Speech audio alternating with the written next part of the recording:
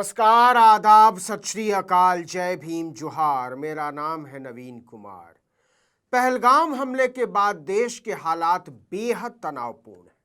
नेता एक शब्द भी बिना सोचे समझे खर्च नहीं कर रहे हैं। खासकर विपक्ष के नेताओं के लिए यह स्थिति बेहद चुनौतीपूर्ण है, क्योंकि सरकार की आलोचना बहुत जोखिम भरी हो गई है। कोई भी किसी भी तरह के विवाद की स्थिति में नहीं पड़ना चाहता।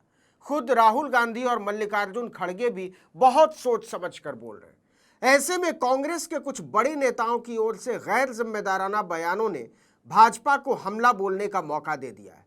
उन बयानों का बचाव करना मुश्किल है। लगातार आती शिकायतों की वजह से राहुल गांधी का पारा 7वें आसमान पर जा पहुंचा है। उन्होंने बिफरते हुए कहा है कि ऐसे नेताओं को जुबान काबू में रखने को कहिए। उन्होंने संगठन से कहा कि पहलगाम को लेकर पार्टी लाइन से अलग कोई बयान सामने नहीं आना चाहिए।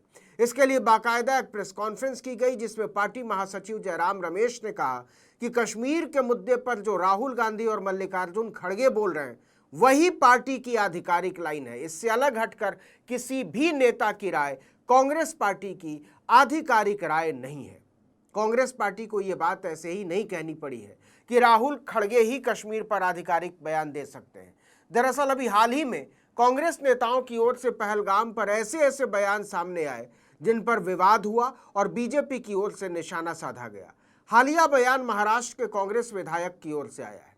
22 अप्रैल की घटना पर महाराष्ट्र के बड़े कांग्रेस नेता विजय वडेट्टीवार ने कह दिया कि आतंकियों के पास इतना समय नहीं है कि वो धर्म पूछ कर मारे। इतना ही नहीं, उन्होंने पूछा कि क्या आतंकियों ने हमले से पहले पीड़ितों की धार्मिक पहचान की पुष्टि की थी। वडेट्टीवार ने सरकार से इस हमले की जिम्मेदारी लेने और दोषियों को सजा दिलाने की मांग करते हुए कहा कि सरकार को पहलगाम आतंकी हमले की जिम्मेदारी लेनी चाहिए। अब यह ऐसा बयान था जिसका किसी भी तरह से कोई बचाव नहीं किया जा सकता था। पहलगाम की जिम्मेदारी किसकी है? जिम्मेदारी तो सरकार ने लेनी चाहिए। पहलगाम की जिम्मेदारी, जो पहलगाम में घटना हुई, 27 लोगों की जान गई, क्या तुम्हारा वहां पे सिक्योरिटी क्यों नहीं थी? क्यों निकाली गई? वहां पे तुम्हारे इतने 200 किलोमीटर तक लोग अंदर आके अतिरिक्त घुस जाते, तो तुम्हारा इंटेलिजेंस क्या कर रहा था? वो फेल्योर नहीं है, इस सरकार का फेल्योर नहीं है। इस बारे में कोई बात नहीं करता। बात क्या करते हैं? तो उन्होंने हिंदू का पूछ कर मारा। अरे कोई टेररिस्ट को पूछने तक समय होता है क्या? उनके कान में जाके नजदीक जाके पूछेगा। वडेट्टीवार के इस बयान पर बीजेपी ने कड़ी प्रतिक्रिया दी।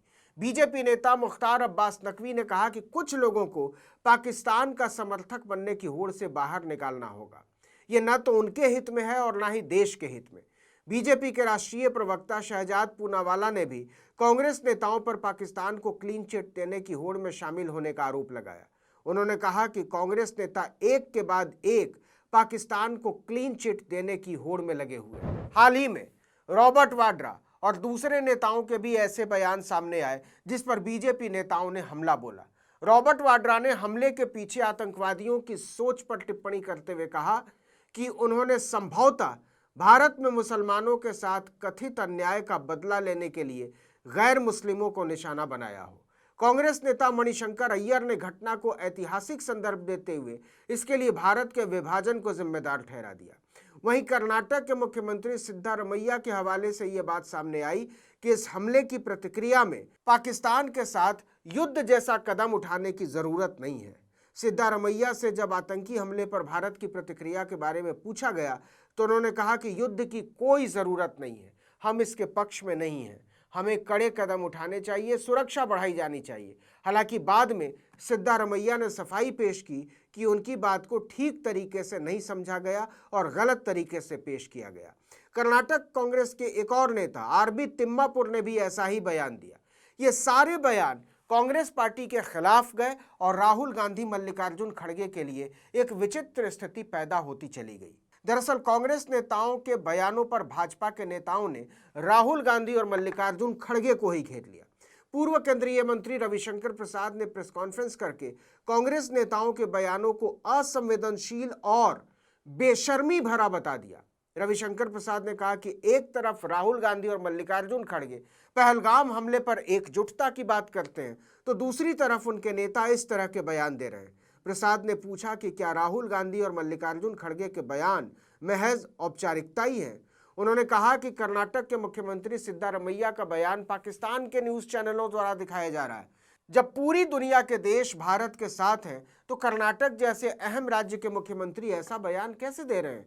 रविशंकर प्रसाद ने कहा कि क्या राहुल गांधी और मल्लिकार्जुन खड़गे का अपनी पार्टी पर कोई नियंत्रण नहीं है या सिर्फ दोनों खुद औपचारिकता करके दूसरे नेताओं को अपने मन के हिसाब से कुछ भी बोलने की आजादी दे रहे हैं। इन बयानों से राहुल गांधी बुरी तरह नाराज बताए जा रहे हैं।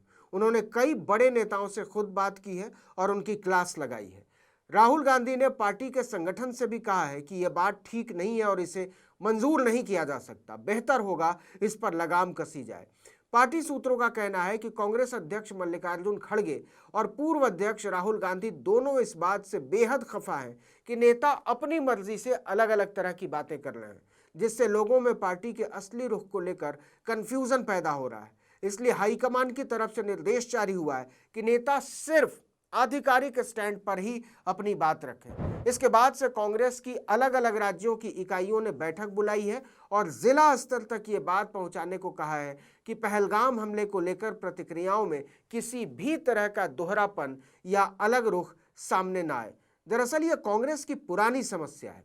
ऐसे समय में जब किसी मुद्दे पर पूरा देश एक साथ खड़ा नजर आता है, उसके कुछ नेता अलग दिखने की होड़ में पार्टी के लिए मुश्किल खड़ी कर देते हैं। आपको बता दें कि पहलगाम हमले के बाद से राहुल गांधी की सक्रियता बहुत तेजी से बढ़ी हुई है।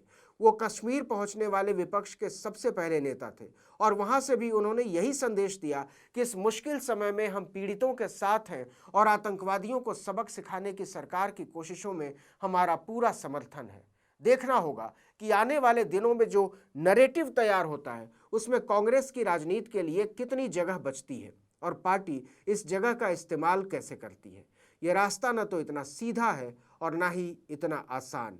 इस तथ्य को कांग्रेस ही नहीं, विपक्ष का हर नेता समझ रहा है। इस वीडियो में इतना ही, लेकिन अगर आपने आर्टिकल 19 इंडिया को अब तक सब्सक्राइब नहीं किया तो फौरन कर लीजिए, बेल आइकॉन दबाइए, घंटी जैसी आकृति लाइक कीजिए और कमेंट करके बताइए हमारा वीडियो आपको कैसा लगा। हमारा ट्विटर हैंडल है article19_India और मेरा ट्विटर हैंडल है नवीन जर्नलिस्ट। नमस्कार।